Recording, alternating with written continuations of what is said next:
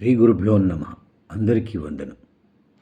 క్షేత్ర సమాచారం YouTube channel ద్వారా మన తెలుగు రాష్ట్రాల్లో మారుమూల గ్రామాలలో నెలకొని ఉన్నటువంటి పురాతన విశేష ఆలయాలను పరిచయం చేయాలన్న కార్యక్రమంలో కొన్ని విశేష పౌరాణిక చారిత్రక నేపథ్యం ఉన్న ఆలయాలను పరిచయం చేయటం జరిగింది. మన ఈ కార్యక్రమాన్ని పరమేశ్వరుడా మెచ్చి తన సహకారాన్ని కూడా మనకు అందిస్తున్నాడు అన్నదానికి నిదర్శనం నాకు నిన్న కనిపించింది. ఏమిట్రా అంటే, నేను ఆఫీస్ పని మీద విజయవాడ నుంచి నూజివీడు వెళ్ళి తిరిగి వస్తున్న సమయంలో నెక్కలం అడ్డు రోడ్డు వద్ద ఒక బోర్డు నన్ను చాలా విశేషంగా ఆకర్షించింది. అప్పటికే కొద్దిగా ఆలస్యం అవటం వలన మర్నాడు మరలా నూజివీడు వెళ్ళే పనులతోటి తిరిగి వచ్చేసాను. ఆ బోర్డు వరకు ఫోటో తీసుకొని మర్నాడు ఉదయాన్నే పొద్దున్నే బయలుదేరి వెళ్ళి అక్కడ నెక్కలం అడ్డు రోడ్ దగ్గర ఆగి అక్కడ ఉన్నటువంటి శ్రీ ఆంజనేయ స్వామి వారి ఆలయం చాలా పురాతన ఆలయం. ఒకప్పుడు ఆలయం ఉండేది కాదు. స్వామివారు ఒక వటవృక్షం కింద కొలువై కనపడేవారు. ప్రస్తుతం ఒక ఆలయం నిర్మించబడింది. ఈ ఆలయానికి వెనుక పక్క నూతనంగా శ్రీ భూదేవి శ్రీదేవి సమేత శ్రీ వెంకటేశ్వర స్వామి వారి ఆలయం కూడా నిర్మించారు. చాలా అద్భుతంగా ఉంది ఆలయం. చాలా చక్కగా నిర్వహిస్తున్నారు ఆలయాన్ని కూడా. ఎత్తైన రాజగోపురం, విశాలమైన ప్రాంగణం, చాలా ఆహ్లాదకరంగా ఉంది. అది తిరుమలలో కొన్ని గంటల పాటు నిరీక్షించి కొన్ని క్షణాల పాటు దర్శించుకునే స్వామివారిని ఇక్కడ మనం ఎంతసేపు కావాలంటే అంతసేపు దర్శించుకొని తరించవచ్చు. అంత రమణీయంగా ఉన్నారు స్వామివారు. చక్కటి నిర్వహణ, చాలా సుందరంగా ఉంది ఆలయం కూడాను. అది దర్శించుకొని ఆ బోర్డులో ఉన్నటువంటి నెంబర్కి కాల్ చేశా. శ్రీ బసవరాజు సాయి సుందర్ గారు స్పందించారు. ఆలయ వివరాలు అందించి అక్కడ ఉన్న వాళ్ళ నాన్నగారు శ్రీ బసవరాజు సుబ్బారావు గారిని కలవమని ఆయన నెంబర్ కూడా నాకు పంపించారు. ఈ విజయవాడ నూజివీడు మధ్యలో వచ్చే ఈ నెక్కలం అడ్డు రోడ్ దగ్గర నుంచి ఈదర్ అన్న ఈ గ్రామం సుమారు 9 కిలోమీటర్ల పైనే ఉంటుంది. సరే, బయలుదేరాను. ఇక సన్నటి రోడ్డు, ఇబ్బంది లేదు. అటుపక్క ఇటుపక్క పచ్చటి పొలాలు, మామిడి తోటలు. నూజివీడు ప్రాంతం అంతా మామిడికి ప్రసిద్ధి కాబట్టి మామిడి తోటలు, అదేవిధంగా పామాయిల్ తోటలు కూడా చాలా కనపడినాయి.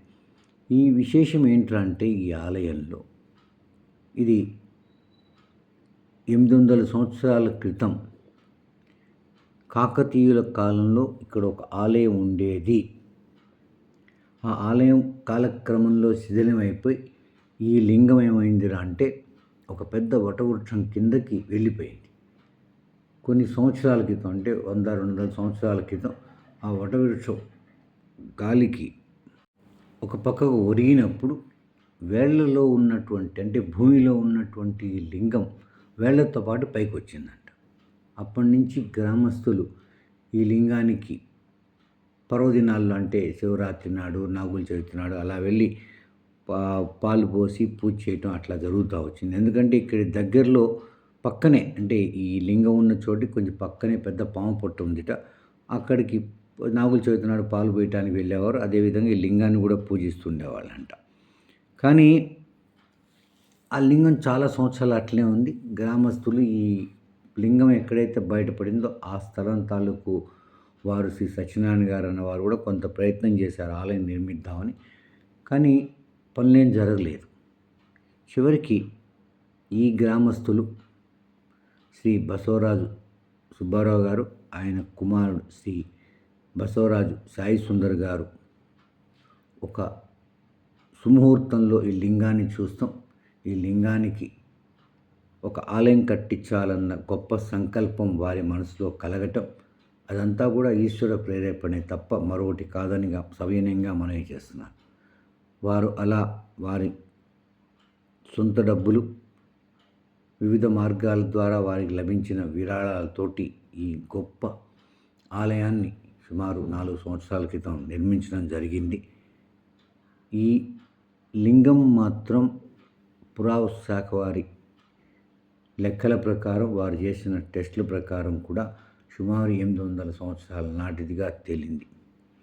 ఈ ఆలయం చూస్తున్నారు ఎంత రమణీయంగా తీర్చిదిద్దారో. వెనుక పక్క ఈ తవ్వకాలు లభించినటువంటి భిన్న శిల్పాలు, అదేవిధంగా 1980 అంటే సుమారు 44 సంవత్సరాల క్రితం ఈ లింగం ఎలా ఉండేది అన్నది కూడా మనం ఇప్పుడు చూద్దాం. చూసారు కదా, ఇక్కడ లింగం ఒకటి, భిన్న లింగం, నంది, ఇవన్నీ కూడా శిథిలాల్లో లభించినాయి.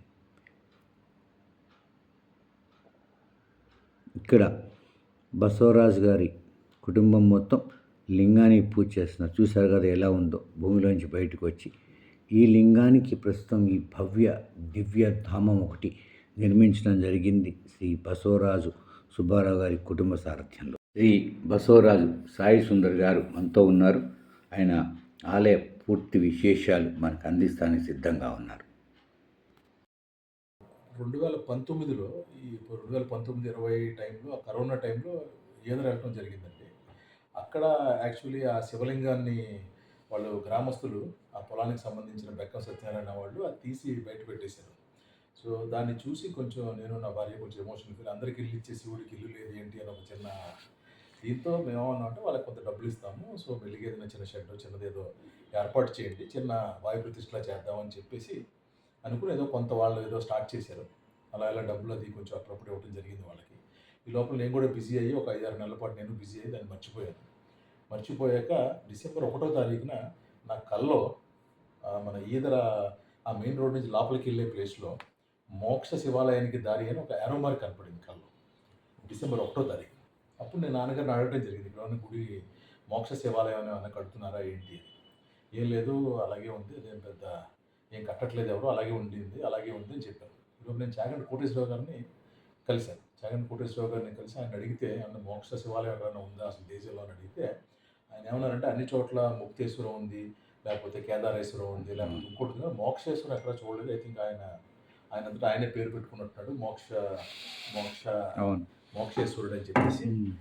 మరి ఏం చేయమంటారంటే, ఇలా ఏమన్నా గుడి ఏమన్నా మరి ఇలా కడుతున్నావు, దానికి సంబంధించింది ఏంటుంది, అయితే నువ్వు దాని గుడిని స్టార్ట్ చేసి దాన్ని పూర్తి చేయన్నారు. అప్పుడు ఎవరైతే స్థలదాతలు ఎవరైతే ఉన్నారో బెక్కం సత్యనారాయణ వారితో మాట్లాడి పూర్తిగా నా పర్యవేక్షణలో నేను గుడి నిర్మించడానికి మీరు అంగీకరిస్తే నేను గుడి నిర్మిస్తానని చెప్పేసి వారితో డిస్కస్ చేస్తే వాళ్ళు సరే అని చెప్పేసి ఆ స్థలాన్ని, ఏదైతే 400 గజాల స్థలం ఎంతో గుడి, దాన్ని గుడి పేరు మీద వాళ్ళు దానం ఇవ్వడం జరిగింది. బెక్కం సత్యనారాయణ కుటుంబ సభ్యులు అందరూ కలిసి దానం ఇచ్చారు. సో అలా డిసెంబర్ 8వ తారీఖున వాళ్ళు నాకు ఇచ్చారు. ఇది 2020 సంవత్సరం. డిసెంబర్ 28, 2020 సంవత్సరంలో గుడి స్టార్ట్ చేశాను.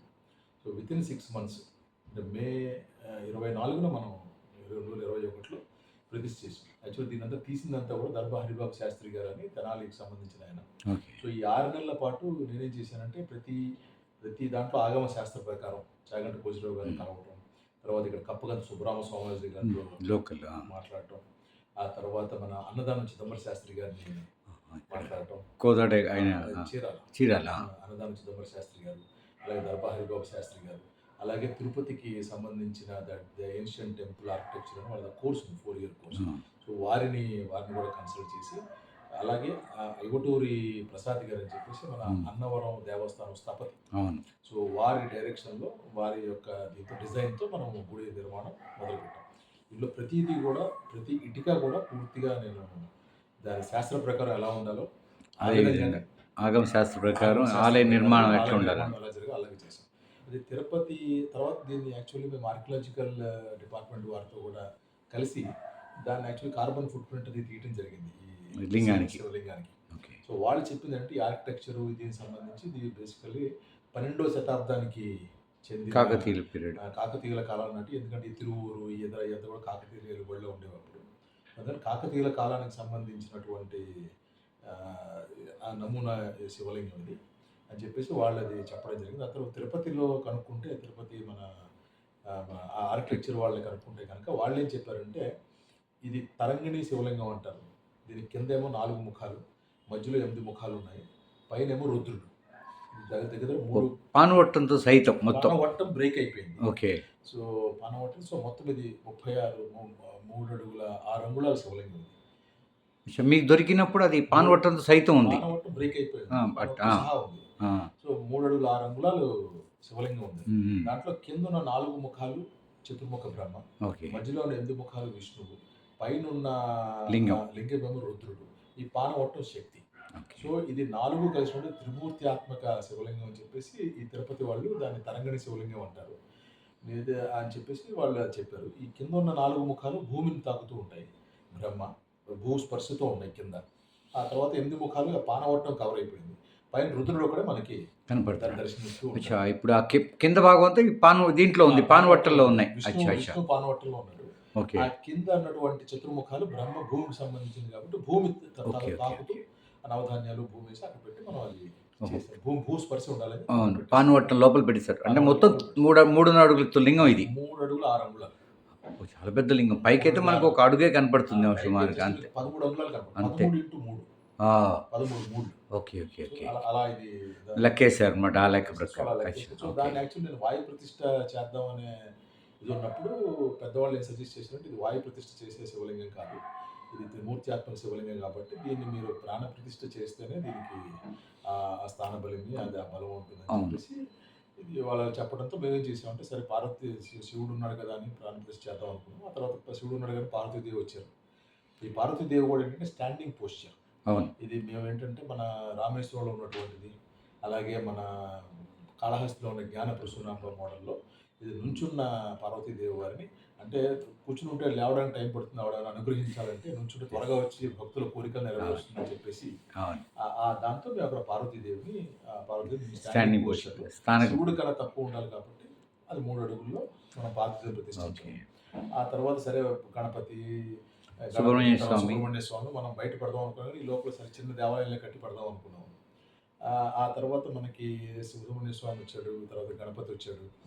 తర్వాత మన క్షేత్రపాలకుడు కింద మన చిదంబర శాస్త్రి గారు దీని క్షేత్రపాలకుడు, దీని దక్షిణముఖ ఆంజనేయ స్వామిని ప్రతిష్ఠించారు ఇక్కడ, అభయ ఆంజనేయ స్వామి. సో అపమృత్యు దోషాలు ఏమైనా ఉన్నా కూడా గ్రామస్తులకు అపమృత్యు దోషాలు ఏమైనా, సో దక్షిణ ముఖం తిప్పి పట్టింది. సో దక్షిణ ముఖం తిప్పి ప్రతిష్ఠించారు. ఆ తర్వాత మా నాన్నగారు మా బసవరాజు ఫ్యామిలీ అంతా కూడా రాధాకృష్ణ భక్తులు. సో ఇంత ఉన్నాయి కాబట్టి రాధాకృష్ణ కూడా తీసుకొచ్చి వాళ్ళు జరిగింది. నవగ్రహాలు వచ్చింది. అదొక్కటే నవగ్రహాల్లో కూడా మీరు దంపతి సహిత నవగ్రహాలు పెట్టుండి ఇంకా బాగుంది. ఎందుకంటే అందరూ ఒక ఆంజనేయ స్వామి తప్ప మిగతా అందరూ దంపతులతో పాటే ఉన్నారు. సిద్ధి బుద్ధి వినాయకుడు, సుబ్రహ్మణ్య స్వామి, రాధాకృష్ణులు. ఇది కూడా పెట్టుంటే ప్రమాణంగా ఉండేది, ఇంకా చాలా బాగుండేది. ఒక రకంగా దంపతుల ఆలయం అయ్యేది అది. ఇలాంటిది మనకి తిరుపతి దగ్గర ఒక ప్లేస్ ఉంది, అక్కడ ఒక చోట అన్ని దంపతులతో ఉంటారు అందరు. కార్వేటి నగరం కాదు సార్, ఇది ఇంకోటి ఉంది అక్కడ. దంప సైతం కూడా దక్షిణామూర్తి అందరు దంప సైతం ఉంటారు అక్కడ. అవును. సో ఇలా అది ఒక మొత్తం 400 గజాల్లో పూర్తిగా అది ఇంజనీరింగ్, సివిల్ ఇంజనీర్ యొక్క దీంతో ఎక్కడ ఒక చుక్క వాటర్ కూడా బయటకు కనపడకుండా ఉండేలాగా అంత అండర్ గ్రౌండ్ వాటర్. అలాగే మనకి అభిషేకం చేసుకున్నా కూడా నవగ్రహాలకి శనికి అభిషేకం చేసిన అది కూడా ఒక చుక్క బయటపడకుండా బయటకు వెళ్ళిపోయేలాగా చివరి వాగులో కలిసేలాగా. సో పూర్తిగా ఇంజనీరింగ్ దీంతో ఎక్కడ ఒక చుక్క నీళ్ళు నిలవకుండా అన్ని చోట్ల ఉండేలాగా బోర్తో సహా. సో అన్ని లోపలే ఉన్నాయి, బోర్ ఉంది, నీళ్లు ఉన్నాయి, అలాగే వంటశాల, నివేదనశాల, ఆఫీస్ రూమ్లో కట్టాము. సో అన్ని ఆ లోపలే మొత్తం కాంప్లెక్స్ ఉండేలాగా ఒక 50 మంది కూర్చుని చిన్న ప్రోగ్రామ్ చేసుకోవడానికి వీలుగా ఉండేలాగా స్థలాన్ని ఉత్తరం పక్క స్థలం ఉంచాము. సో అలా ఇదంతా కూడా అనుకోకుండా 6 నెలల్లో పూర్తిగా మనం ప్రతిష్ఠ చేయగలిగాం. మే 24 హనుమత్ జయంతి రోజున ప్రతిష్ఠ చేశాం. ప్రతి సంవత్సరం హనుమత్ జయంతి రోజున వార్షికోత్సవ కార్యక్రమాలు 3 రోజుల పాటు అంగరంగ వైభవంగా జరుగుతాయి. అలాగే ఆ తర్వాత చిన్న చిన్న పనులు చేయడం 6 నెలలు పట్టింది. సో మొత్తం డిసెంబర్ 28, 20 తారీఖున మొదలెట్టింది. డిసెంబర్ 21, 22 తారీఖున పూర్తిగా సంవత్సరం లోపల పూర్తిగా అయిపోయింది. అప్పటి నుంచి మనం టెంపుల్ నడుపుతూ. సో సుమారుగా ఎంత అయింది మొత్తం మీకు అంతా ఖర్చు? సుమారుగా ₹1 కోటి వరకు అయిందండి. కొంత నేను పెట్టుకున్నాను, కొందరు మా ఇంట్లో చుట్టాలు, ఫ్రెండ్స్. మీ పెద్దనాన్నగారు ఎవరో యూఎస్లో ఉంటారని చెప్పారు నాన్నగారు. దీన్ని పూర్తిగా మనం సో అప్పటి నుంచి ఏంటంటే పూర్తిగా నేను దీన్ని టెంపుల్ నడపడం మొత్తం మీరే ఫండ్స్ తోటి ఇప్పుడు మొత్తం చాలా గొప్ప విశేషం సార్. ఇప్పుడు ఎందుకంటే చెప్పాలి అంటే ఇలాంటి అవకాశం అందరికీ దక్కదండి. ఇప్పుడు చాలా రేర్ ఇది ఇలాంటిది. ఎందుకంటే ఒక లింగం ఎక్కడో చెట్టుకి ఎక్కడో మనం కాళహస్తి విషయంలో చదువుతా తిన్నాడు, అక్కడెక్కడో అడవిలో ఉన్న లింగాన్ని మనం పూజించాడు ఆయన అని. అలాంటివి చూడండి. ఎలా చెప్తారంటే ఇది యాక్చువల్లీ మా ముత్తాత గారి టైం నుంచి తెలుసు. ఊర్లో పెద్దవారంటే మా పెదనాన్నగారు ఉన్నారు 86 సంవత్సరాలు. ఓకే. ఆయనతో పాటు ఇంకో ఆయన 2, 3 సంవత్సరాలు పెద్దాయన ఇంకో 89 సంవత్సరాల వాళ్ళున్నారు. సో, మా పెదనాన్నగారికి తెలిసిందేంటంటే, వాళ్ళ తాతగారు చెప్పేవారని, ఇక్కడ ఒక శివలింగం ఉందని. అక్కడ ఏంటంటే, ఒక పెద్ద రావి చెట్టు ఉండేదని ఆ స్థలంలో. ఆ రావి చెట్టు పడిపోతూ, ఆ కింద ఏంటంటే వేర్లకు చుట్టుకుని, హ్మ్. ఆ లింగం బయటకొచ్చిందని. ఓహ్! అంటే భూమిలోకెళ్ళిపోయింది. భూమిలో ఓకే. భూమిలో బయటికి లేదు. బయటికి లేదు. ఓకే. భూమిలో ఉండేది. ఆ రావి చెట్టు పడిపోతే కొంచెం పైకొచ్చి కొంచెం మిగిలిపోయింది. ఒక్క అడుగు లింగమా లేకపోతే రాయా తెలియకుండా అలా ఉండేదక్కడ. అచ్చా! అప్పటి నుంచి కూడా ఏంటంటే వీళ్ళంతా కూడా ఏదో పాలు పోయటం, లేకపోతే ఏదో నీళ్లు పోయటం అలా అలా దాన్ని ఆ మొక్క ఒకటి వదిలేసి మిగతా చుట్టూరా వ్యవసాయం చేయటం. హ్మ్. అలా చేస్తూ వచ్చాను. నేను కూడా చిన్నప్పుడు 3, 4 సంవత్సరాలు ఉన్నప్పుడు దాన్ని చూసి ఏదో అనుకుని అలా చూసి వచ్చేసాను. తెలీదు బట్ గదా మనకు గూడాను. తెలీదు గానీ అనుకోకుండా అది నా చేతికి మొత్తానికి గొప్ప నిజంగా చెప్పాలంటే నేను ఫస్టు అది ఎళ్తూ అటు చూసినప్పుడు స్వయం వ్యక్త అని ఉన్నప్పుడు నేను చాలా ఓల్డ్ టెంపుల్ అనుకున్నా. ఫాదర్ దగ్గరికెళ్ళినప్పుడు ఫాదర్ మాట్లాడుకున్నాం ఇద్దరు నేను మా నాన్నగారు. సో, ఇద్దరం బైక్ మీద టెంపుల్‌కెళ్తున్నప్పుడు అంతా కొత్తగుంది. అరే! ఇక్కడ ఏంటా ఇది కొత్తగా కట్టిందా? నేను కొంచెం కన్‌ఫ్యూజన్‌లో పడ్డా ఫ్రాంక్‌గా చెప్పాలంటే. అక్కడికెళ్తే నాన్నగారు మొదట్లోనే ఇట్లిట్లా సార్ మొత్తం విషయం అంతా చెప్పుకొస్తున్నారు. అప్పుడు అర్థమైంది. ఇది మన వల్ల అయ్యే పని గాదు. ఆయనంతట ఆయన చేయించుకున్న అందుకనే పనే నేను ఇది. ఆ 6 నెలలు కూడా దాదాపు ఆ సంవత్సరం 52 ఆదివారాల్లో కనీసం ఒక 45 ఆదివారాలు ప్రతిరోజు ప్రతి ఆదివారం అక్కడ ఉండటం. అంతా చూడటం. నిర్వహణ అది ఎట్లా కడుతున్నారు? ఎలా ఏంటి? కడుతున్నారు ఏంటి చూడటం. అది ఎలా తిరిగానో మరి అంతా అది పడుకొని ఉండేది శివలింగం. హ్మ్. అది నాకెప్పుడు కూడా అది కనపడుతూ ఉండేది. అంటే ఈయన పడుకొని కాళ్ళ మీద కాళ్ళేసుకొని పడుకొని పని చేయించుకుంటున్నాడు శివుడు అనిపించేది. ఎలా వచ్చిందో ఏంటో కూడా డబ్బులు నాకు తెలియదు. అదే అంటున్నాను. అలా నడుస్తుంది. నేను ఎప్పుడు చూసినా ఒక్క రూపాయి అటు ఇటు ఇబ్బంది కలగకుండా దేవుడు ఏదో ఒక రూపంలో ఆ సహాయం చేస్తూనే ఉన్నాడు. ₹1,00,00,000 బట్టి ఈ రోజున ఒక గుడి కడతామంటే సామాన్య ఒక ఫ్యామిలీ అందులో ఓన్లీ వన్ ఫ్యామిలీ మీరు, మీ ఫాదర్ ఇద్దరు కలిసి చేయటం అంటే సామాన్య విషయం కాదండి. అక్కడ యాక్చువల్‌గా నాకు చాలా మంది అక్కడ దాంట్లో సహకరించారు. చుట్టాలు గాని, చూసాను అక్కడ ఫ్రెండ్స్ గాని. పూలు మన శివలింగం పూలతో కూడా స్వామివారికి అలంకరణ రోజు వస్తాయంట కదా! ఆ పూలు ఎక్కడి నుంచి వస్తాయో అదే. నీకు చెప్తే తర్వాత నేను దాంట్లో ఆశ్చర్యపోయా. ఇంకో అద్భుతం అన్నీ అలా సెటిల్ అయ్యాయండి అలాగే. అదేంటి దాంట్లో ఇంకోటి మనకి ధ్వజస్తంభం. ఆ! ఆ ఆయన ధ్వజస్తంభం ఇచ్చారంట కదా! ఆయన మన ఊర్లో దొరగారు ఉన్నారు. హ్మ్. సో, హ్మ్. వారి తోటలో ఆ ధ్వజస్తంభం దాదాపు చెట్టు. ఒక 25, 30 సంవత్సరాలు పెరుగుతోంది. ఆయన ఒక 10 సంవత్సరాలు పెరిగాక అనుకున్నాడు ఇది మరి తిన్నగా పెరుగుతుంది. దీన్ని చూస్తేనే ధ్వజస్తంభంలా ఉంది అనుకుని ఇంకా తర్వాత చెట్టుని ముట్టుకోవడం మానేసారు వాళ్ళు. ఏదో కొట్టడం గాని అవునవును. దాన్ని చేయటం మానేసారు. అది చివరికి చూస్తే కరెక్ట్‌గా ధ్వజస్తంభానికి ఏ లెక్క కొలత కావాలో సరిపోయింది. కరెక్ట్‌గా ఒక చెక్క ముక్క మిగలకుండా అంతే కొలుతుందది. ఆహ్! చూడండి అన్నీ అంటే ఎట్లా ఆ కలిసి రావటం ఎక్స్‌ట్రా అంటే. ముక్క కట్ చేస్తే ఆ 3 వస్తాయి గదా! అవునవును. వాటికి సరిపడా ఉందండి. ఒక చెక్క ఒక ముక్క మిగలకుండా సరిపోయింది. అది చూడండి అసలు. తిన్నగా ఉందది. అది అంత తిన్నగా ఎలా వచ్చిందనేది ఆ దేవుడు నిజంగా అంటే అదే ఆయన ఒక అంతే మొత్తం ఆయన 20, 25 సంవత్సరాల నుంచి మా తాతగారు వాళ్ళు గూడా, మా అమ్మమ్మ గారు వాళ్ళు గూడా, బామ్మగారు వాళ్ళు కడదాం అనుకున్నారు గానీ, బట్ కుదరలేదు. ఎందుకో ఆ అది దేవుడి ఎట్లాగైతేనే దయ ఇది మీకు, మీ నాన్నగారికి విజయవాడ రావటం. మా అది. నాన్నగారైతే దాదాపు ఆ సంవత్సరం అప్పటి నుంచి అక్కడే అలా చెప్పారు. రోజు అన్ని ఆ పని, ఈ పని, ఈ పని, ఈ పని చేస్తూ ఉంటాం. గొప్ప దీనికి విశేషం సంబంధించి నిజంగా. యాక్చువల్లీ నా భార్య బాగా లలిత ఉపాసకురాలు. ఆ! So, okay. తను ప్రోద్బలం చాలా ఎక్కువుంది దీంట్లో. ఓకే. So, very good. అప్పుడు లేకపోతే ఏముంది నేనేమనుకున్నా అంటే మనం ఒక 20, 25 లక్షల్లో కడదాం అనుకున్నాం. కానీ దీని ₹1,00,00,000 వరకు మరి. అంటే శివుడు, ఒక చిన్న పార్వతి 2 రూములు పెట్టేసి ప్రతిష్ఠ చేసి దేవుడికి దండం పెట్టేద్దాం 20, 25 లక్షలు. ఇప్పుడు మా దగ్గర ఉన్నది కూడా 20, 25 లక్షలు ఉంది అప్పుడు. కడదాం కావాలంటే ఒక 2 ఎకరాలు ఏదో అమ్మేసి కడదాం అన్న ప్రపోజల్. అలా అలా ఒకరి తర్వాత ఒకళ్ళొచ్చి ఇప్పుడు ఎవరో వచ్చి నవగ్రహాలు ఎవరో మా చుట్టాల్లో ఒక ఆవిడ మా అత్తగారు నవగ్రహాలు ప్రతిష్ఠ చేద్దాం చేయలేకపోయారు. దానికి సంబంధించి నేను ఇస్తానని. అలాగే వినాయకుడు ఎవరో నాకు తెలిసిన ఒక ఆయన అది కడితే నేను ఇస్తానని. అలాగే ఆంజనేయ స్వామి ఇంకోళ్ళు ఇస్తామని. సో, ఇలా అలా అలా పెరుగుతూ వెళ్ళిపోయింది. చాలా గొప్ప విశేషం. అసల ప్రతిది అలా. నిజంగా. అలాగే ఇప్పుడు ఏదైతే ధ్వజస్తంభం అయిందో, ఇత్తడి తాపడం ఇంకో దొరగారొచ్చి, "అయ్య మీరెవరికి చెప్పండి నేను ఇత్తడి తాపడం నేను వేస్తాను." సో, దీంట్లో ఏంటంటే నేను మిగతా గుళ్ళల్లోనూ, ఈ గుడిలో చూసిందేంటంటే, ఒక్కటే మిగతా గుళ్ళో అంతా రకరకాల ఎవరు పేర్లు రాసుకుంటారు. అవును. అవును. ఇక్కడ ఈ అవేం గుడిలో లేవు. నేను పెట్టుకున్నదేంటంటే, ఈ గుడి పూర్తిగా శివుడిది. అవును. ఆయన సంకల్పం లేకుండా ఇంత దాకా వచ్చేది సో, కాదండి. అదేదో నేనేదో కట్టానని, నేను నా పేరు రాసుకొని, ధ్వజస్తంభం ఇచ్చిన వాడి పేరు రాసి, లేకపోతే ఇంకోళ్ళ పేరు ఈ గోడలన్నీ కూడా ఇలా అది అట్టహాసం, ఈ ఆర్భాటం తాతల అది. పేర్లు కూడా సరిపోతుంది. అంటే నేను ఇంకోటి చెప్పాను. పేరు రాయాలి అనుకుంటే ఆయనది కాకుండా మనంతట మనం సొంతంగా ఏమన్నా ఇచ్చుంటే అది వేరే సంగతి. పేరు రాయొచ్చు. ఇప్పుడు దాంట్లో ప్రతీదీ భూమి ఆయనది. అవును. దాంట్లో ఉన్న రాయి ఆయనది. అన్నీ ఆ భూమి ఆయనవే. నుంచి వచ్చింది. అలాగే మీకు నీళ్లు ఆయనవి, ఇసక ఆయనది, ఇనుము భూమిలోంచి వచ్చేది. మొత్తం ఆయనవే. మొత్తం ఆయనదే. మనం ఏం లేదు దగ్గర చేర్చాం అంతే చేసిన పని. మంచిగా చేయించుకున్నాడు ఆయన అది కూడా. ఆ పని కూడా. ఏంటంటే మనం ఒక ఇన్‌స్ట్రుమెంట్‌గా అవును. ఆయన ఉపయోగించుకున్నాడు తప్ప, మనం అంతే తప్ప మనం ఏదో ఆయన అనుకున్నది ఆయన అనుకున్నాడు నిలబడాలని ఆయన పూజలు అందుకోవాలని అనుకున్నాడు. అనుకూలం. సో ఆయనతో లేకపోతే పాటుగా పార్వతీదేవి వచ్చి కూర్చుంది అక్కడ. పార్వతీదేవి తర్వాత మా ఇంటి పేరు మిగతా బసవరాజు. శివ పరివారంతో వచ్చారు. బసవరాజు.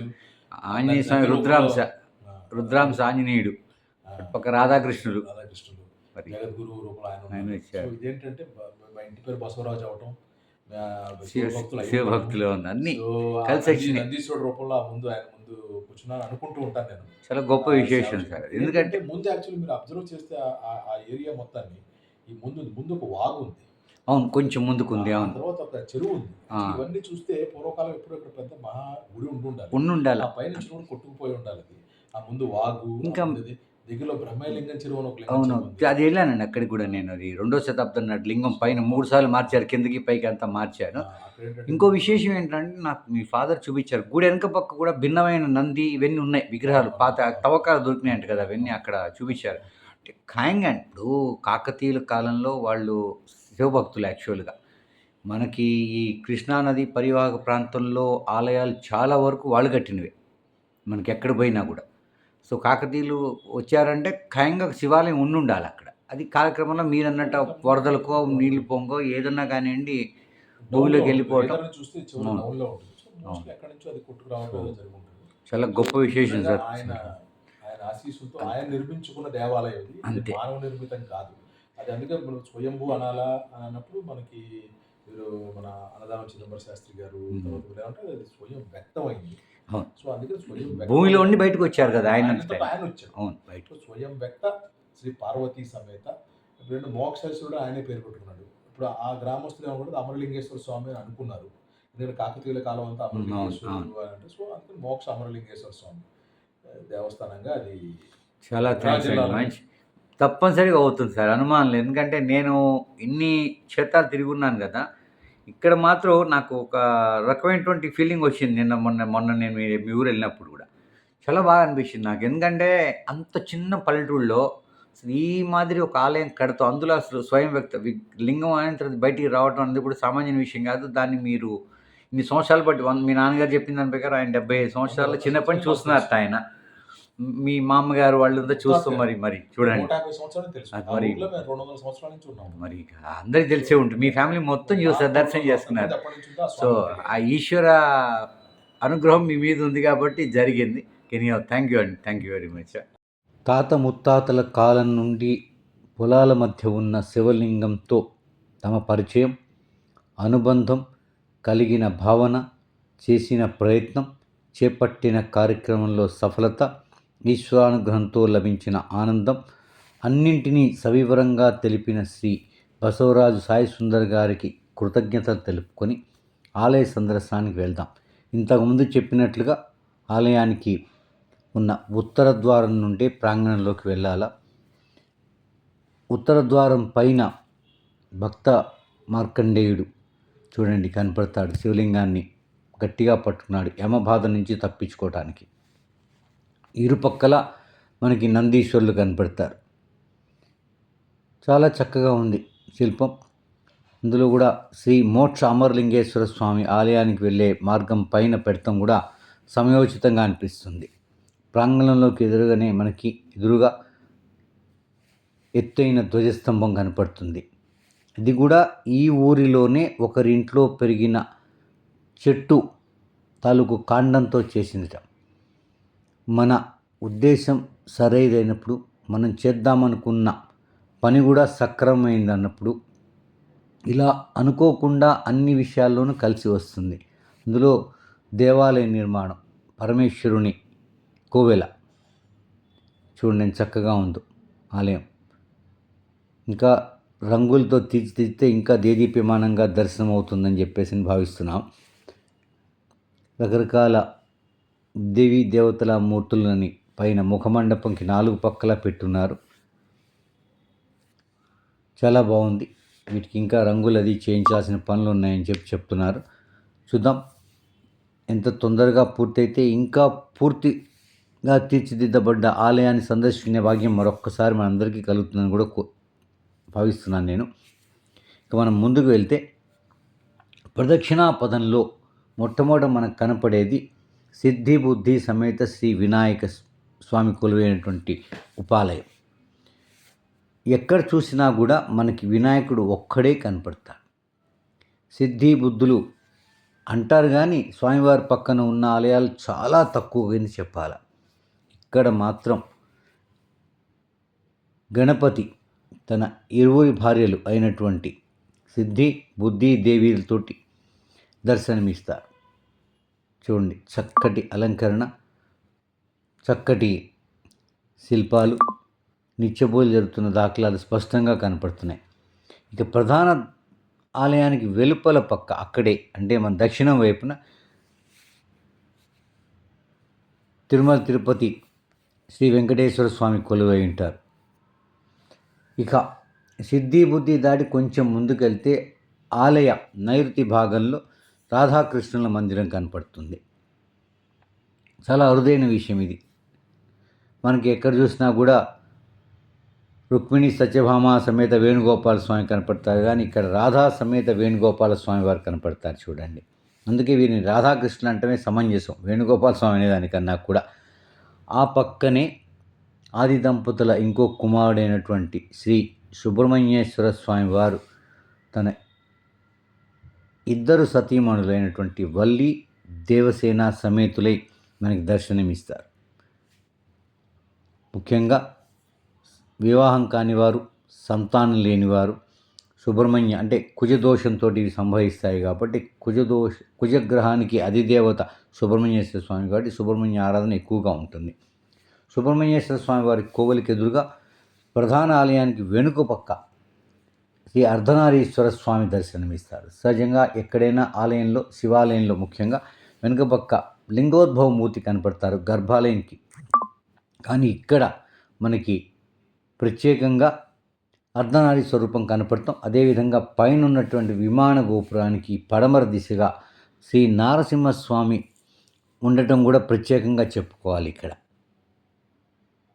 చక్కగా ఉందో చూడండి, ఎంత బాగా తీర్చిదిద్దారంటే రూపాన్న రంగులు కూడా అదే విధంగా చక్కగా చేసి ఉన్నారు. ఇక శ్రీ వల్లి దేవసేన సుబ్రహ్మణ్య స్వామి సన్నిధి పక్కనే నాగప్రతిష్టలు శ్రీ విద్యా సరస్వతి అమ్మవారు కూడా కొలువై ఉంటారు. అమ్మవారిని స్థానిక స్కూల్లో ప్రతిష్ఠించాలని ఒక నిర్ణయం ఉన్నట్లుగా చెప్పారు. చూడండి, ఇక్కడ కింద మనకి అష్టదిగ్బంధన ఇవి కనపడుతున్నాయి, చూసారు కదా, బలిపీఠాలు.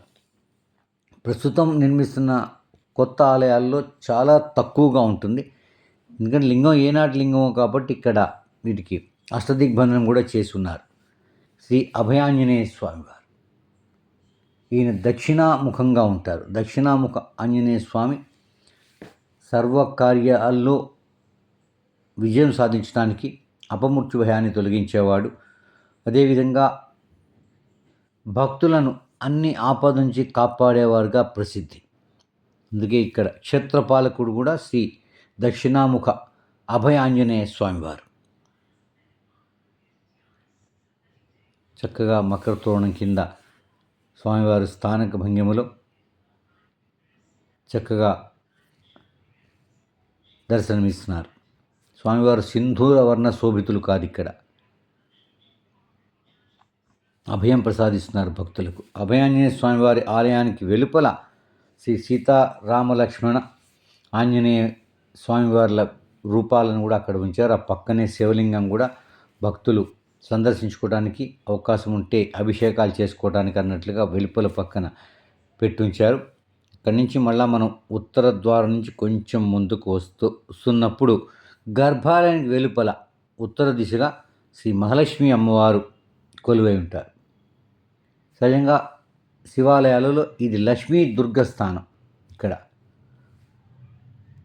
ఆమె బదులు శ్రీ మహాలక్ష్మి, ముగ్గురమ్మలు ఒకటే, ఎవరైనా ఒకటే, మహాలక్ష్మి అయినా మహాకాళి అయినా మహాసరస్వతి అయినా ఒకటే. ఇక ఆలయ ఈశాన్య భాగంలో మనకి నవగ్రహ మండపం కనపడుతుంది. ఇక్కడ చూస్తే మీరు సిద్ధి బుద్ధి సమేత వినాయకుడు, రాధాకృష్ణులు, వల్లి దేవసేన సమేత శ్రీ సుబ్రహ్మణ్యేశ్వర స్వామి ఇలా దర్శనమిస్తారు. ఒక్క ఆంజనేయ స్వామి ఆజన్మ బ్రహ్మచారి కాబట్టి ఆయనకి పక్కన ఎవరు అమ్మవారు లేరు. కానీ నవగ్రహాలకి సతీమణులు ఉన్నారు, వాటితో పాటు నిర్మించుంటే చాలా బాగుండేది అనిపించింది. దక్షిణాముఖంగా కొలువైన ఆంజనేయ స్వామి ఆజన్మ బ్రహ్మచారి కాబట్టి ఆయన పక్కన దేవేరి లేదు. కానీ నవగ్రహాలని దేవేరులతో ప్రతిష్ఠించుంటే బాగుండేది అనిపించింది. ఇది ఒక భావన మాత్రమే. ఇక్కడ ఆలయాన్ని నిర్మించినటువంటి స్థానికులైన శ్రీ సత్యనారాయణ గారు ఉన్నారు. వారిని అడిగి వివరాలు తెలుసుకుందాం. మళ్ళీ ఆ గమ్మత్తుగా ఉంటుంది అదంతా పరిస్థితి. అదే. పూర్వం ఇక్కడ లింగాకారం ఒక చెట్టు కింద ఉండేదండి. ఆ చెట్టు కింద లింగాకారం ఉండే చెట్టు కూడా పడిపోయిన తర్వాత దాన్ని ఏదో పూజలకి నిర్మాణాలు కూడా ఎవరో సహకరించి లేదు.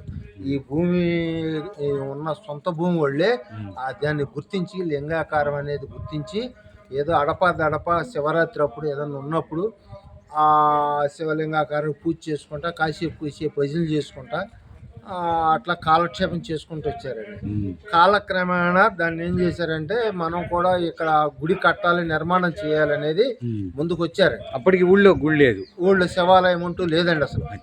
ఇక్కడ ఊళ్ళో రామాలయం, విష్ణాలయం ఉందండి, ఆంజనేయ గుడి ఉందండి, అమ్మవారి గుడి ఉంది, కానీ శివాలయం అంటూ లేదండి.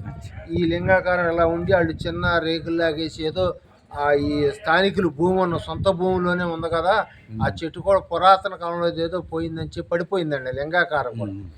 వీళ్ళు ఈ సొంత భూములు ఏం చేశారంటే దాన్ని నిదానంగా ఏదన్నా కతి పండక్కి, పబ్బానికి, శివరాత్రికి కొద్ది చిన్న చిన్న భజనలు చేసుకుంటా ఏదో నైవేద్యం పెట్టుకుంటూ కాలం లేపారు.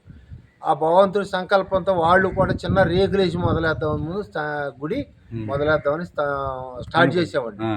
స్టార్ట్ చేసి అలా పునాది వేసిన తర్వాత ఆ భగవంతు సంకల్పంతో అలా పరమేశ్వరుని అనుగ్రహంతో ఇక్కడ మాకు కరణం గారని కరణం గారి కొడుకు సుబ్బారావు గారండి, సుబ్బారావు గారి కొడుకు సాయి గారని ఆదాని కంపెనీలో చేస్తారండి. ఆయన స్వప్నంలో కనపడి అక్కడ శివాలయం మేము కట్టించాలి, నిర్మాణం చేయించండి అని ఆ స్వామి వారి స్వప్నంలో కనపడి చెప్పారని ముందుకు వచ్చారండి. వచ్చిన తర్వాత వారు పూనుకొని ఈ ఆలయ నిర్మాణానికి సుమారుగా 1 కోటి రూపాయలు ఖర్చు పెట్టి ఇక్కడ వరకు తీసుకొచ్చి నిర్మాణం చేశారండి. వారి ఆధ్వర్యంలోనే నడుస్తుందండి ఈ రోజు వరకు కూడా. చాలా బాగుంది, చాలా బాగుంది. ఇంత లోపల పల్లెటూరులో నేను అసలు ఊహించలేదు కాదు. ఇక్కడ వరకు మేము కూడా చేస్తామని ఇంత ఆ భగవంతుడు చేయించుకుంటాడని మేము కూడా ఊహించుకోలేదండి. చేయించుకున్నాడు బాగా సత్యంకల పరమేశ్వరుడే. ఆయన ఇంతవరకు లేకొచ్చి చిన్న రేకులు ఉండేసి ఆ లింగాకారం నిలబెట్టి చేద్దామన్న స్టార్ట్ చేసామండి. నేను ఈ ఊరు గ్రామ టాపింగ్ వేస్తున్నాను. దాన్ని ఆల్రెడీ ఏంటంటే ఆ పరమేశ్వర అనుగ్రహంతో. మీ పేరండి? నా పేరు సత్యనారాయణ, తిరుమల శెట్టి వెంకట సత్యనారాయణ.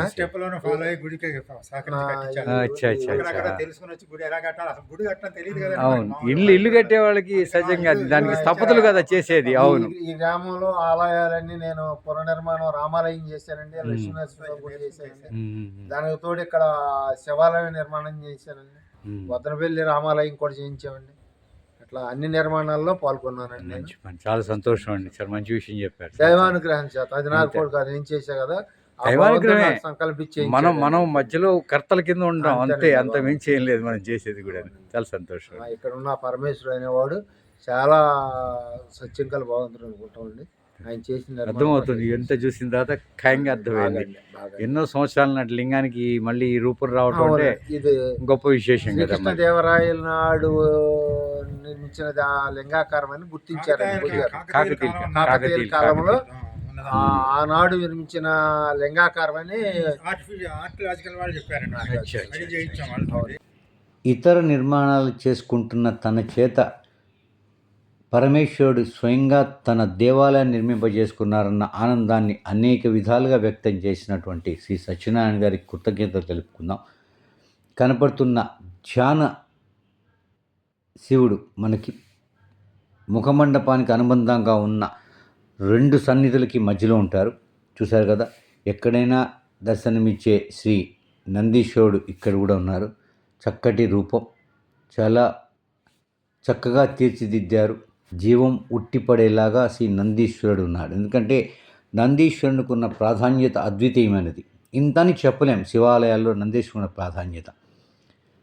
చూసారు కదా ఎంత బాగుందో విగ్రహం, చాలా బాగుంది. వెనక పక్క మనకు కనపడుతుంది తూర్పు ద్వారం, అదేవిధంగా ధ్వజస్తంభం, నవగ్రహ మండపం కూడా ఇక్కడి నుంచి కనపడుతున్నాయి. ఎందుకంటే ఆలయం అంత విశాలమైంది కాదు, 400 గజాల్లోనే ఈ ఆలయం మొత్తం నిర్మించబడింది కాబట్టి మనకి అన్నీ పక్కనే కనపడతాయి. కానీ దేనికది చాలా విశాలంగా ప్రదక్షిణాలకి అనువుగా ఎక్కడ ఏ రకమైన ఇబ్బంది లేకుండా చక్కగా నిర్మింపజేశారు. అది గొప్పతనం ఏంటంటే, ఇందాక ఆయన సాయి సుందర్ గారు చెప్పారు కదా, అన్ని రకాల జాగ్రత్తలు శాస్త్ర ప్రకారం కానీ భక్తులకు వచ్చే వాళ్ళకి కానీ ఎలాంటి ఇబ్బందులు లేకుండా నిర్మాణం జరిగిందంటానికి ఉదాహరణ ఇదే. ఇక మనం గర్భాలయం వైపు వెళ్తే 2 సన్నిధులు ఇందాక చెప్పున్నా కదా, 2 సన్నిధుల మధ్యలో శ్రీ ధ్యానేశ్వరుడు ఆయన కొలువై ఉన్నారు. అక్కడ అమ్మవారికి సన్నిధిలో పూజ జరుగుతోంది. పక్కన అయ్యవారి సన్నిధి కూడా ఇక్కడ ఉంది. మనం మొట్టమొదటిగా నంది కొమ్ముల నుంచి శివలింగాన్ని దర్శించుకోవాలంటారు కదా, ఆ నంది కొమ్ముల నుంచే శివలింగాన్ని దర్శించుకునే ప్రయత్నం చేద్దాం. చూడండి నంది ఎంత సుందరంగా ఉందో, ముందు పక్క శివలింగం. ఇక్కడ ఈ శివలింగం గురించి ఇందాక సాయి సుందర్ గారు చెప్పున్నారు. ఇది తరంగిణి లింగ దర్శనం. కిందన ఈ 3 అడుగుల 8 అంగుళాల ఈ శివలింగానికి కిందన 4 ముఖాలతోటి బ్రహ్మ, మధ్యలో 8 ముఖాలతోటి విష్ణువు ఉన్నాడని, ఆ పై భాగం రుద్రుడని చెప్పున్నాం కదా. ఇలాంటి తరంగిణి లింగాలు చాలా అరుదుగా కనపడతాయి. ఎందుకంటే కాకతీయుల కాలంలో ఎక్కువగా ప్రతిష్ఠించిన లింగాలన్నీ కూడా బ్రహ్మసూత్రం కలిగి ఉండటం. నేను చాలా ఆలయాలు చూస్తున్నాను ఈ చుట్టుపక్కల కృష్ణా, గుంటూరు జిల్లాలో. కానీ ఇక్కడ మాత్రం మనకి అరుదైన తరంగిణి లింగ దర్శనం అవుతుంది. తరింపజేసే ఈ దర్శనం చాలా అదృష్టదాయకం. మనకి ఉన్న ఎలాంటి ఇబ్బందులనైనా తొలగించే దర్శనంగా చెప్తారు. పక్కనే ఉన్న సన్నిధిలో అమ్మవారు శ్రీ పార్వతీదేవి స్థానిక భంగిమలో దేదీప్యమైనటువంటి అలంకరణలో ఆపద్ బాంధవి కింద తలచిన వెంటనే కోరికలు తీర్చే తల్లిగా కొలువై దర్శనమిస్తారు. చూడండి అమ్మవారు ఎంత చక్కటి అలంకరణలో ఉన్నారు. ఏ మాటకు ఆ మాటే చెప్పుకోవాలి. ఆది దంపతులు ఇరువురు కూడా భక్త సులభులు. మనస్ఫూర్తిగా నామస్మరణ చేస్తే చాలు ఇహపర సుఖాలను అనుగ్రహించే ఆది దంపతులు నిజమైన తల్లిదండ్రుల కింద చెప్పుకోవాలి. ఎంత గొప్పగా ఉందో చూడండి అమ్మవారి అలంకరణ. కానీ అమ్మవారి పక్కన శ్రీచక్రం కూడా కనపడుతుంది చూడండి. నిత్యం ఇక్కడ పూజలు జరుగుతాయి అమ్మవారికి. దేవజన శ్రీచక్రార్చన కూడా జరుగుతుంది. ఇక్కడ మనం ఆలయ అర్చకులు శ్రీ సుబ్రహ్మణ్యం గారు ఉన్నారు. వారి నుంచి కూడా కొన్ని విషయాలు తెలుసుకుందాం మనం. ఇది చాలా పురాతనమైనటువంటి స్వయంభూ ఆలయం అండి. అంటే ఈ ఆలయం కొత్తదే కానీ ఈ స్వామివారి మాత్రం చాలా పురాతనంగా ఇక్కడ ఉన్నారు. దీన్ని ఈ గ్రామస్తులు గుర్తించి దీన్ని ఈ ఊరి కరణం గారు, సుబ్బారావు గారు, కొంతమంది పెద్దలందరూ కలిసి ఈ ఆలయం నిర్మాణం చేసి ఈ వైభవం చేసి ఆయన ఇక్కడికి వచ్చి ఒక 4 నెలలు అయిందండి. ఈ స్వామివారికి మనం ఏది లేదంటే అది వస్తుంది. మనకి లేదు అన్న వస్తువు వెంటనే ఆయన దగ్గరికి వచ్చేస్తుంది. అప్పుడు ఆ పూలు ఉన్నాయి చూసారా, అవి కొత్తది నుంచి వస్తాయి. నాగమల్లి పూలు ఒక పువ్వు దొరకడమే కాదు, రోజు 40-50 పూలు చూసాను, చాలా ఉన్నాయి. ఎందుకంటే ఆ వాటితో పూజ చేస్తున్నాం. ఏ రోజు మనకి మిస్ అవ్వట్లా. ఇలా మనకి స్వామివారికి వాడు ఇది లేదు అని లేకుండా వస్తుంది. అలా భక్తులు కూడా చాలా నమ్మకంగా వస్తారండి. ఇక్కడికి చాలా మంచి పవిత్రమైనటువంటి శక్తి ఉన్నటువంటి గుడి. ఇది గుర్తించాలి కానీ అసలు ఇలా స్వయంభూలు మనకు దొరకడం కష్టం. అవును, స్వయంభూ చాలా తక్కువ చేయడం కూడా మా అదృష్టం. అదిగా భావిస్తున్నాం. అలాగే స్వామివారి రోజు కూడా రుద్రాభిషేకం జరుగుతుందండి. అమ్మవారికి డైలీ కుంకుమ పూజ చేస్తాం. అలా ఉపాలయాలు కూడా అష్టోత్తర పూజలు జరుగుతాయి. విశేషంగా కాలాల్లో వాటికి కూడా వినాయక చవితి, ఇప్పుడు సంకట చతుర్థికి ఆయనకి, కృష్ణాష్టమి స్వామివారికి, అలాగే మన గీతా జయంతి అయింది స్వామివారి కృష్ణుడికి కూడా అవేళ చక్కగా అష్టోత్తర పూజలు చేసి నైవేద్యాలు పెట్టాం. అలా అన్ని ఆలయ సుబ్రహ్మణ్య షష్ఠి, సుబ్రహ్మణ్య స్వామికి, హనుమత్ జయంతికి, ఆంజనేయ స్వామికి అలాగే విశేషమైన పూజలు జరుగుతాయండి. చక్కగా ఇక్కడ అందరూ కూడా చాలా నమ్మకంగా వస్తారు. గుడికి దూర నుంచి కూడా వస్తున్నారండి. చాలా డెవలప్మెంట్ ఉండడం, ఇంకా ఉండగా కూడా చాలా పవిత్రమైనటువంటి ఆలయంగా ఇది తెలుస్తుందని నా అభిప్రాయం. వాళ్ళని కోరుకుంటున్నాం, తప్పనిసరిగా కోరుకుంటున్నాం. అమ్మవారి తర్వాత ప్రతిష్ట అది అమ్మవారిది. అమ్మవారి లింగంతో పాటు అమ్మవారు దొరకలేదు. ఇది కూడా మా స్వామివారు కూడా ఈ పేరు మీకు మన ఎక్కడ లేదండి, ఇండియా ఎక్కడ లేదు. ఇది భారతదేశంలో మోక్షమలింగేశ్వరుడు, మోక్షమే అంతటువంటి పవిత్రమైన లింగం. ఇది కూడా స్వామివారు మా సుబ్బారావు గారు వాళ్ళ అబ్బాయి సాయి గారు ఈ ఆలయ నిర్మాత. ఆయన కల్లో కనపడి ఆయన పేరు చెప్తే, ఆయన చాగంటి కోటేశ్వర గారిని కూడా అడిగితే అది అసలు ఎక్కడా లేదు ఇటువంటి విశేషమైన పేరు, ఇది ఆయన చెప్పాడు కూడా మీరు ఖచ్చితంగా పెట్టినంటే అదే పేరుతో నామకరణంతో స్వామివారికి ప్రతిష్ఠ జరిగిందండి ఇక్కడ. మోక్షమలింగేశ్వర ఆలయం అమ్మవారి చాలా సంతోషం. వచ్చి కొద్ది కాలమైనా కూడా ఒక విడరాని బంధం ఆలయంతో ఏర్పరచుకున్న శ్రీ సుబ్రహ్మణ్యం గారు తెలిపిన విషయాలకి ఆయనకి ధన్యవాదాలు తెలుపుకొని మనం మరొక్కసారి ఆలయం మొత్తం చూద్దాం. చూడండి చక్కటి నిర్మాణం. ఇందాక మనం తెలుసుకున్న విధంగా చూస్తే కనుక ఆగమ శాస్త్ర ప్రకారం ఎలాంటి ఇది లేకుండా పొరపాటు లేకుండా ఎలా ఉండాలో అలా నిర్మించినటువంటి ఆలయం. ఆయన గురించి ఆలయ ధర్మకర్త శ్రీ సుబ్బారావు గారు చెప్తారు. ఈదర్లో మోక్షబలింగేశ్వర స్వామి దేవాలయం కట్టేందుకు ముందుగా 4-5 తరాల నుంచి ఇక్కడ పొలంలోనే శివలింగం ఉండేది. ఆ శివలింగం చాలా కాలం నుంచి ఉందని 3-4 తరాల వాళ్ళు తెలిసిన వాళ్ళందరూ చెప్పారు. తర్వాత ఈ స్థలదాతలు కూడా గుడి కడదామని ప్రయత్నం చేసి వాళ్ళ కాకపోతే అప్పుడు మా అబ్బాయి మేమందరం కలిసి గుడి కడదామని ఆలోచించాం. మా అబ్బాయి కూడా గుడి కడితే మంచిదన్నాడు. వాడు అదాని కంపెనీలో పనిచేస్తాడు, హైదరాబాద్లో ఉండేవాడు. అదృష్టం కొద్దీ వాడు కూడా విజయవాడ ట్రాన్స్ఫర్ అవ్వటం, ఇక్కడ దగ్గరికి రావటం, సరే గుడి కడదాం అనేప్పటికి మా అన్నయ్యలు కూడా అమెరికాలో ఉంటారు. వాళ్ళు మా బంధుమిత్రులు అందరూ కలిసి సహాయం చేశారు. ధ్వజస్తంభానికి ఒక దర్గాలు ఇచ్చారు, కవచానికి ఒకటి ఇచ్చారు.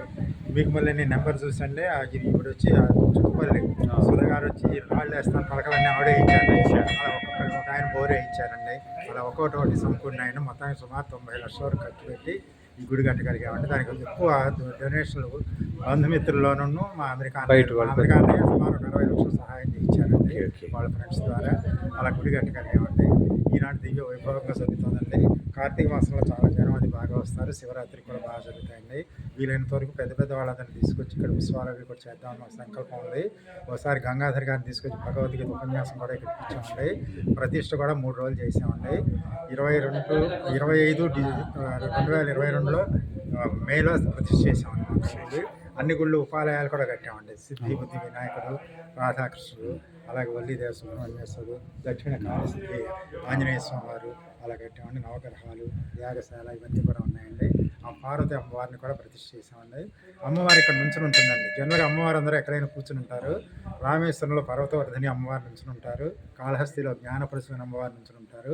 అలాగే మన అమ్మవారు కూడా ఇక్కడ నుంచుని నేట్టుగా పెట్టి, ఎందుకంటే నుంచున్న అమ్మవారు అయితే ఇమీడియట్గా భక్తి దగ్గరకు వచ్చి సహాయం చేసేస్తారు అనమాట, ఆదుకుంటారు భక్తులు. అందుకనే మన వెంకటేశ్వర తిరుపతిలో నుంచుని ఉంటారండి రెడీగా. కూర్చుంటే లేవటం కూడా లేట్ అవ్వకుండా భక్తుని ఆదుకుంటారు. నమే భక్త ప్రణస్థితి అన్నారండి భగవద్గీతలో. అందుకోసం ఎన్నో భక్తులు ఎప్పుడు చెడకుండా భగవంతుడు చూసుకునే బాధ్యత ఆయనదే. మనం ఆయనకి చేసే సేవలు అవన్నీ మనం చేస్తూ ఉంటాం. మన నిమిత్త మాత్రం కాబట్టి మన పని మనం చేస్తూ ఉంటే వైభవంగా మనం కర్తృత్వం లేదు మన చేతిలో, కార్యం చేసుకుంటూ వెళ్తే మనం చాలా సంతోషం స్వామి. మంచి పని చేస్తున్నారు. చాలా ఆలయం ఇంకా అభివృద్ధి చెందాలని. భాగం అంతా మా అబ్బాయి పెట్టుకుంటున్నాను. నెలకి సుమారు 65,000 అవుతుందండి. పూజారి గారికి 25,000 జీతం అండి. ఒక 5,000 అద్దెకి కరెంట్కి అవుతుంది. 30,000 పని అమ్మాయి చూపిస్తూ ఉంటుంది. ఒక 6,000 అమ్మాయి కండి. తర్వాత ఇంటర్నెట్ ఫోన్కి 40,000 అక్కడికి ఫిక్స్డ్గా అయిపోతున్నాయండి. నైవేద్యాలు, ప్రసాదాలు వీటికి కూడా ఎవరిని ఇస్తే సరే కొన్ని, లేదా 15-20 మధ్యలో అవుతుంది. సుమారు 60,000 దాకా అవుతుంది. ప్రస్తుతానికి మా అబ్బాయి 40,000, నేను 20,000 దాకా వేసుకుని నడుపుతున్నామండి. ఏదో ఊళ్ళో డొనేషన్లు అవి పెద్దగా రావండి. మేము పెద్దగా ఎవరిని కూడా డబ్బుగా డిమాండ్ చేయట్లేదండి. ఎవరు వాలంటరీగా ఉన్న హుండీలో 1,000-2,000 కూడా హుండీలో రాదండి మనకి. సరే ఏదో నడుస్తుంది గుడి నడపగలుగుతున్నాను, దేవుడే చూసుకుంటాను ధైర్యంగా వస్తుంది తప్పనిసరిగా అభివృద్ధి చెందుతుంది. ఎందుకంటే ఆలయం చూసిన తర్వాత నాకంటే చాలా ఆలయాలు చూశాను నేను. నా అనుభవం కూడా భక్తులందరూ కూడా చాలా నమ్మకమైంది. చాలా గొప్పగా ఉంది, చాలా బాగుంది, చాలా సంతోషం సార్. తప్పనిసరిగా మీ మిస్సెస్ గారిని ఒకసారి మీ మిస్సెస్ ఒకసారి దాంట్లోనూ నాకు సహకరించి దగ్గరుండి నాతో పాటు తోడు నీడగా ఉండి కష్ట సుఖాలన్నీ పంచుకోవడం వల్లే గుడి కట్టగలిగామండి. రంగారెడ్డిగూడలో ఉద్యోగం చేసామంటే దేవుని ప్లాన్తో విజయవాడ రావటం అండి. విజయవాడ నుంచి ఈదర్ రావడం, అప్పుడప్పుడు ఈదర్లో పర్మినెంట్ స్థానం ఏర్పడి నేను పుట్టిన ప్లేస్ ఈదరేనా. అందుకోసం ఇక్కడికి వచ్చిన తర్వాత ఏంటో ఇక్కడ వచ్చావు తర్వాత ఇది దేవుడి ప్లాన్ గుడి కట్టించుకుందాం అని ఇవన్నీ చేశాడు అనమాట. భగవంతుడి సంకల్పం అండి. జరుగుతుందండి. చాలా సంతోషం. అభివృద్ధి చెందాలి ఆలయం అని చెప్పి మీ ఆధ్వర్యంలో ఇలాగా మా లాంటి వాళ్ళం ఏదో ప్రయత్నంగా మీకు తప్పనిసరిగా నిలబడతామని కూడా చెప్తున్నాను. నమస్తే. ఈ మాట కామాటే చెప్పుకోవాలి. శ్రీ బసవరాజు వంశం వారు చాలా అదృష్టవంతులు. ఇంత అరుదైన అదృష్టం ఈ కాలంలో వారికి లభించిన నిజంగా ఈశ్వరానుగ్రహం తప్ప మరేదీ కాదు. వారి కుటుంబ సభ్యులందరికీ కూడా ముక్కోటి దేవతల ఆశీర్వాదాలు లభించాలని మనస్ఫూర్తిగా కోరుకుందాం. అదేవిధంగా ఇక్కడికి ఎందరో సంఘంలో పేరు ప్రఖ్యాతులు కలిగిన వారు సందర్శించుకోవడం జరిగింది. వారిలో ఒకరు శ్రీనివాస్ గారు. ఈయన గజల్ శ్రీనివాస్ గారి కింద ప్రసిద్ధి. వారు ఏం చెప్పారు ఈ ఆలయం గురించి అది కూడా విందాం. సోమవారం కూడా చాలా అత్యున్నతంగా ప్రజల యొక్క సమక్షంలో అభిషేకం జరుగుతూ ఉంటుంది. అమ్మవారికి ప్రతి శుక్రవారం నాడు కూడా శ్రీచక్ర పూజలు చేస్తారు. ఇక కార్తీక మాసం అయితే చెప్పక్కర్లేదు. స్వయం వ్యక్తమైనటువంటి ఈ మహానుభావుని దర్శించడానికి ఎంతోమంది చుట్టుపక్కల గ్రామాలలో తరలిస్తారు. నేను కోరేది ఏంటంటే భక్తులందరూ కూడా రండి. స్వయం వ్యక్తమైనటువంటి ఈ అమరలింగేశ్వర స్వామిని దర్శించడానికి, మోక్ష అమరలింగేశ్వర స్వామిని దర్శించడానికి నేను ఎలా వచ్చానో మీరు కూడా అలా రావాలని సాధువులు, మఠాధిపతులు, నాగ సాధువులు, అఘోరాలు కూడా త్వరలో ఇక్కడికి వచ్చి తపస్సు చేసుకునేటువంటి తపో భూమిగా దీన్ని తీర్చిదిద్దాలని సాయి సుందర్ గారి యొక్క ఆకాంక్ష. అతి త్వరలో నేను ఈ స్వామికి మా సేవ టెంపుల్స్ భారత్ పక్షాన స్వామివారికి చక్కటి సుప్రభాతాన్ని తెలుగులో పాడి ఈ స్వామివారి పైన, ఈ క్షేత్ర యొక్క మహత్యం పైన 2 చక్కటి గీతాలు పాడి త్వరలో ఒక ఆడియో సీడీని ఇక్కడ ఆవిష్కరించేటువంటి ప్రయత్నం చేస్తాం. రండి. దగ్గరలో విజయవాడకి సుమారుగా 28 కిలోమీటర్ల దూరంలో ఉన్నటువంటి ఈ ఈదల గ్రామంలో ఉన్నటువంటి మోక్ష అమరలింగేశ్వర స్వామిని దర్శించుకుని మీరు కూడా మీ బాధల నుంచి, కష్టాల నుంచి, మీకున్నటువంటి ఆవేదన నుంచి బయటకు రావాలని, అత్యున్నతమైనటువంటి ఆధ్యాత్మిక తత్పరత మీ అందరికీ ఏర్పడాలని నేను మనస్ఫూర్తిగా కోరుకుంటూ వారిని వచ్చి దర్శించుకునే స్వామివారిని కోరుతూ సెలవు తీసుకుంటున్నాను. ఓం నమః శివాయ. ఓం నమః శివాయ. నేను ఈరోజు ఈదల గ్రామంలో ఉన్నటువంటి శ్రీ పార్వతీ సమేత మోక్ష అమరలింగేశ్వర స్వామి వారి ఆలయ సముదాయానికి వచ్చాను. ముఖ్యంగా ఈ ఆలయానికి నేను రావడానికి కారణం ఏంటంటే ఇది చాలా అతి పురాతనమైనటువంటి, స్వయం వ్యక్తమైనటువంటి, మన స్వయంభూ అంటాం కదా, నేను స్వయం వ్యక్తం, ఆయన అంతా ఆయనే ప్రకటించుకుని తెలిసినటువంటి స్వామి ఇక్కడ మోక్ష అమరలింగేశ్వర స్వామి. మనము ఈ శబ్దమే ఎప్పుడు కూడా మనం ఎక్కడ వినుండం. ఈ భరత భూమిపై ఎక్కడన్నా మరి ఉత్తరాఖండ్లో ఎక్కడన్నా ఉందో మనకు తెలియదు. కానీ మోక్ష అమరలింగేశ్వర స్వామి దేవాలయం అనేది మోక్షాన్ని కలిగించేటువంటి, మోక్షము అంటే జీవన్ముక్తిని కాదు. ఇక్కడ మనకు అనేక బాధలు ఉండొచ్చు, ఆర్థిక బాధలు ఉండొచ్చు, అనారోగ్యం ఉండొచ్చు, పిల్లలు లేకపోవచ్చు, ఆ బాధ ఉండొచ్చు, వృద్ధాప్యంలో కలిగేటువంటి కలతలు ఉండొచ్చు, అనేక విషయాలు ఉంటాయి. మనకి ఏ కష్టం ఉన్నా కూడా దాంట్లోంచి మోక్షాన్ని కలిగించి మనకి ఆనందాన్ని కలిగించేటువంటి స్వయం వ్యక్త అమరలింగేశ్వర స్వామి పార్వతీ సమేతుడై ఉన్నారు. సేవ టెంపుల్స్ భారత్ చైర్మన్గా మేము ఎన్నో దేవాలయాలు జీర్ణోద్ధరణ చేశాం, పురాతనమైన దేవాలయాలు. కానీ సాయి సుందర్ గారు నా మిత్రులు, వారి పూర్వీకులు ఏర్పరిచినటువంటి దేవాలయాన్ని మళ్ళీ పూర్తిగా నిర్మాణం చేసి ఇవాళ అన్ని సకల సదుపాయాలతోటి కూడా చక్కగా చేశారండి. ఇక్కడ నవగ్రహాలు ఉన్నాయి, ఆంజనేయ స్వామి ఉన్నారు, గణపతి ఉన్నారు, అమ్మవారు, అలాగే కార్తికేయుడు, సుబ్రహ్మణ్యేశ్వర స్వామి, వల్లీ దేవసేన సమేతంగా స్వామివారు ఇక్కడ వెలుస్తున్నారు. ఇక్కడ అన్ని దేవాలయాల సముదాయంతో ఉన్నటువంటి దేవాలయం. ప్రముఖ సినీ గేయ రచయిత శ్రీ జొన్నవిత్ర గారు కూడా ఇక్కడికి విచ్చేసి క్షేత్రాన్ని చూసి ముగ్ధులై ఒక గొప్ప గీతాన్ని శ్రీ అమరలింగేశ్వర స్వామి వారి మీద రాశారు. ఆ గీతం యూట్యూబ్లో అందుబాటులో ఉంది, చూడండి. ఇక భగవద్గీత ఫౌండేషన్ స్థాపకులు శ్రీ గంగాధర శాస్త్రి గారు కూడా ఈ దివ్యధామానికి వచ్చున్నారు. ఇలా ఎందరో మహనీయులు, మహానుభావులు, సంఘంలో పెద్దవారు, 10 మందికి ఆధ్యాత్మిక బోధనలు చేస్తున్నవారు అందరూ కూడా ఈ క్షేత్రానికి వస్తున్నారు. అదేవిధంగా ఆగమ శాస్త్ర నిర్దేశాల ప్రకారం ఎందరో అనుభవజ్ఞుల సలహా సంప్రదింపులతో రూపుదిద్దుకున్నటువంటి స్వయం వ్యక్త శ్రీ పార్వతీ సమేత శ్రీ మోక్ష అమరలింగేశ్వర స్వామివారి ఆలయం అతి త్వరలోనే ఎందరికో ఒక దర్శనీయ క్షేత్రం కింద వృద్ధి చెందుతుందన్న నమ్మకం కలిగింది. ఎందుకంటే శ్రీ బసవరాజు సుబ్బారావు గారి కుటుంబ సభ్యుల పైన ఆ సమస్త దేవతల కృపా కటాక్షాలు నిండుగా ఉన్నాయని ఈ ఆలయమే ఒక నిదర్శనంగా కనపడుతూ ఉంటుంది. ఇక ఈదర గ్రామం చుట్టుపక్కల గ్రామంలో రామాలయం, ఆంజనేయ స్వామి వారి ఆలయం, అలాగే శ్రీ పంగిడమ్మ తల్లి దేవస్థానం కూడా ఉన్నాయి. గతంలో కూడా చెప్పు ఉన్నాను నేను, ప్రతి గ్రామంలోనూ ఒక చరిత్ర, ఒక పౌరాణిక గాథతో సంబంధం ఉన్నటువంటి ఒక ఆలయం ఉండి తీరుతుంది మన ఆంధ్రప్రదేశ్లో, వెతకాలే కానీ. అందుకని మిమ్మల్ని అందరినీ మరొక్కసారి అభ్యర్థిస్తున్నాను. మీ ఊరి చుట్టుపక్కల ఉన్న పురాతన ఆలయాల విశేషాలు మాకు అందిస్తే మేము వాటిని ప్రపంచానికి పరిచయం చేయడానికి మా వంతు కృషి చేస్తామని తెలుపుకుంటున్నాను. విద్యుత్ దీపాల కాంతిలో శోభాయమానంగా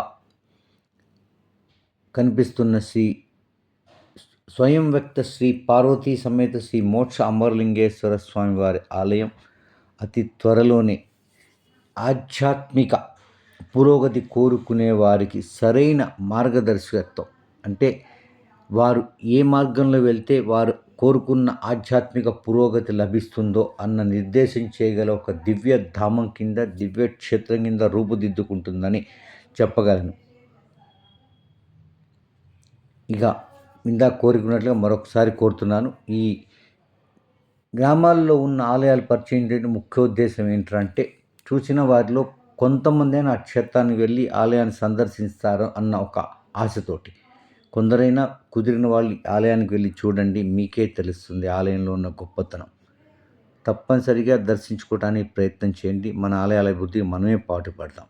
నమః శివాయ, నమః శివాయ, నమః శివాయ.